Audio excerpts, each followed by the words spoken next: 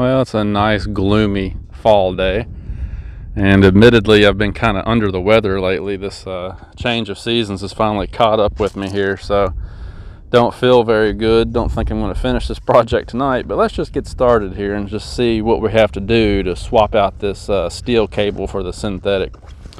So obviously the first thing I'm going to do is pull this elastic band back, get the Quadratech cover out of the way, and then we'll pop this puppy in free spool,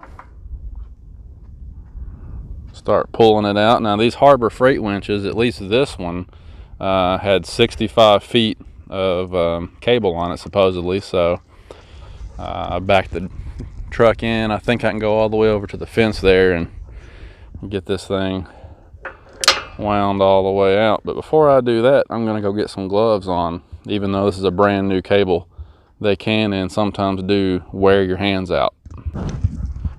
All right, now this thing did come with that red strap, but to be honest, I don't know where it is.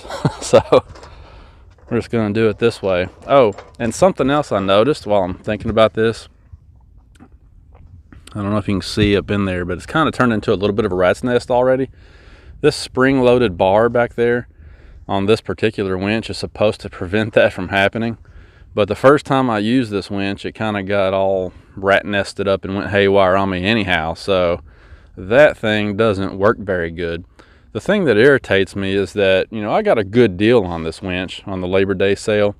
But about 3 weeks after I bought this, they came out with the brand new model called the Apex, which really resembles some of those high-end Warren winches that are on the market. And, you know, obviously if that one had been out at the time, I probably would have gotten it, because it's a whole lot more streamlined and it gets rid of all this.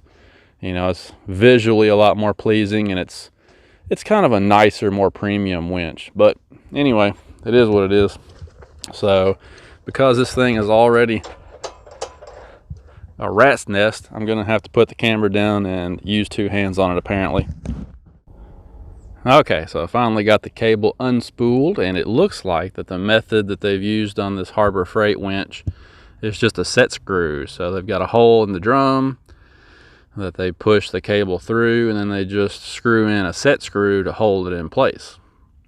So that's a little bit different than what I got with that synthetic cable, because the synthetic cable had this end on it here with a hole in it, almost like you're supposed to screw it to the side of the drum. Sometimes I've seen them screwed to the side of the drum there.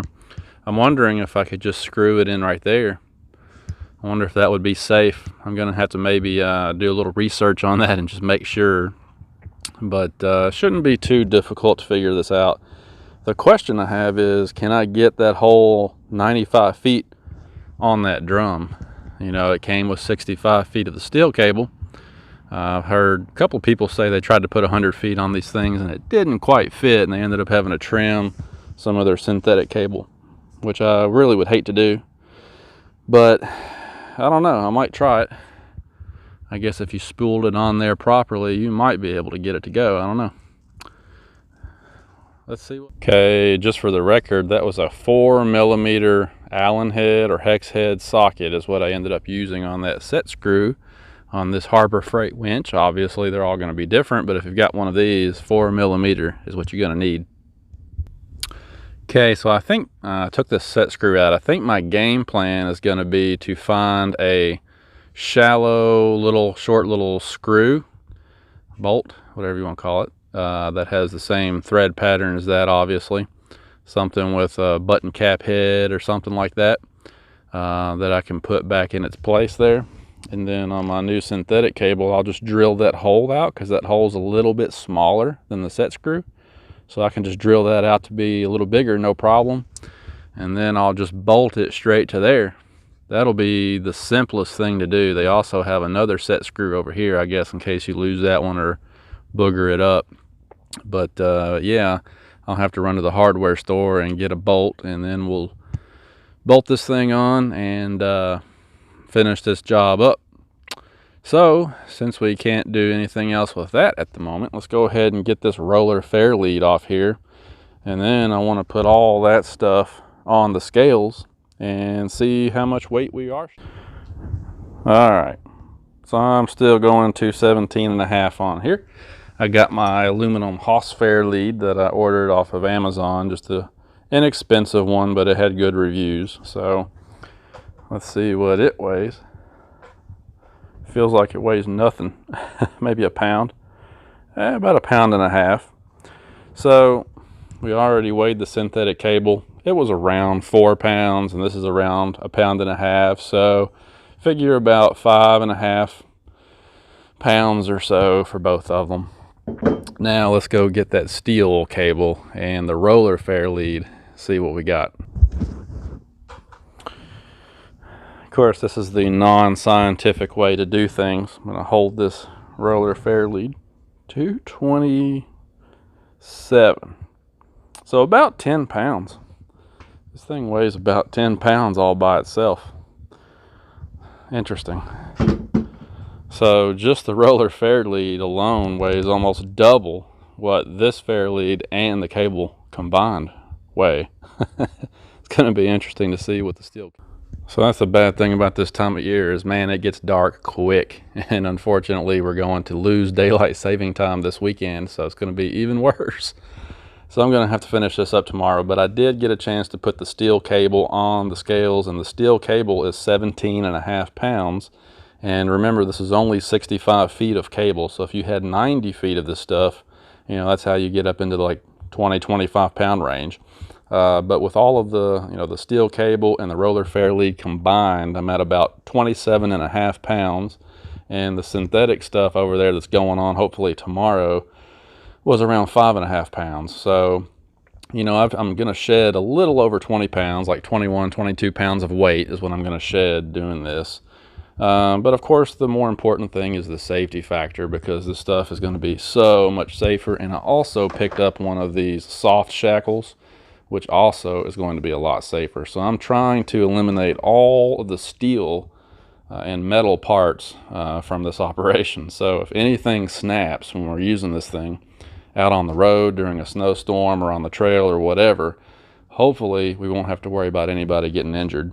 And one other little issue that I ran into is the Haas fair lead that I bought. The holes are a little bit smaller than the mounting holes on this one. And so the bolts that I had for this one won't quite work. I can't get enough space for a socket in there to tighten it down. So I'm going to have to source some smaller bolts. I'm going to go with something that's grade 8, something really strong, but just small enough that I can get the socket on there. So I'm going to have to go to the hardware store and buy a few things. But it shouldn't be too much more difficult to finish this up whenever I get an opportunity. All right, guys, so here's where I'm at now. I went to the hardware store today and got some new bolts that were small enough that I was able to get a socket in here. And I finally got the Haas fair lead mounted. So that part's done. And I got a new bolt that would fit the end of my synthetic cable. Looks like I should have got one a little bit longer. Oops. But I think it'll work. And I had to drill that hole out a little bit to fit this, but that's the bolt that will thread into the hole on the drum. So I had to get that size bolt. Didn't have any choice. So now I think I'm ready to start attaching the cable and trying to get it spooled in. Okay, so now I've begun the process of spooling this new synthetic line onto the drum, and the question that I want to ask you guys, those of you who are seasoned pros at this, is that bar back there, that's a spring-loaded bar that tensions the cable, and the purpose of that obviously was to try and keep the cable from turning into a rat's nest, remember? But now that I've got this synthetic line on there, is that bar going to damage this stuff? It seems to be helping to spool it on nice and tight so far, but if that's going to cause long-term damage to the rope, then I'm going to remove the springs and take that bar out. So let me know what you think. For now, I'm going to go ahead and see how much of this cable I can get on.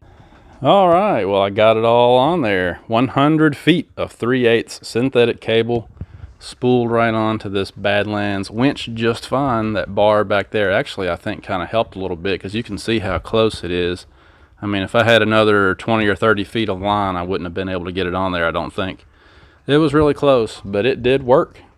So if you guys want to take the synthetic cable and put it on this winch, retrofit it, there you go. It definitely works. Now the thing I noticed was that the end down here, it's got that eye on it, and I was gonna slide it over my shackle here, but it won't fit. It won't go over that part of the shackle. It's too small, so I had to put the metal hook back on there. But, you know, if I get into a situation where I'm going to use the winch, I could always take the hook back off. Because like I said, I got that soft shackle over here that I'm going to carry with me. And I'm going to use this anytime I get the opportunity instead of the metal hook. So, anyhow, I guess that'll finish up this project. I got my Haas Fairlead on there and my synthetic line. Shaved about 22 pounds of weight off of it and made it a lot safer. And cool. And I got all this stuff on Amazon, by the way, for like $125. And it all had pretty good reviews too.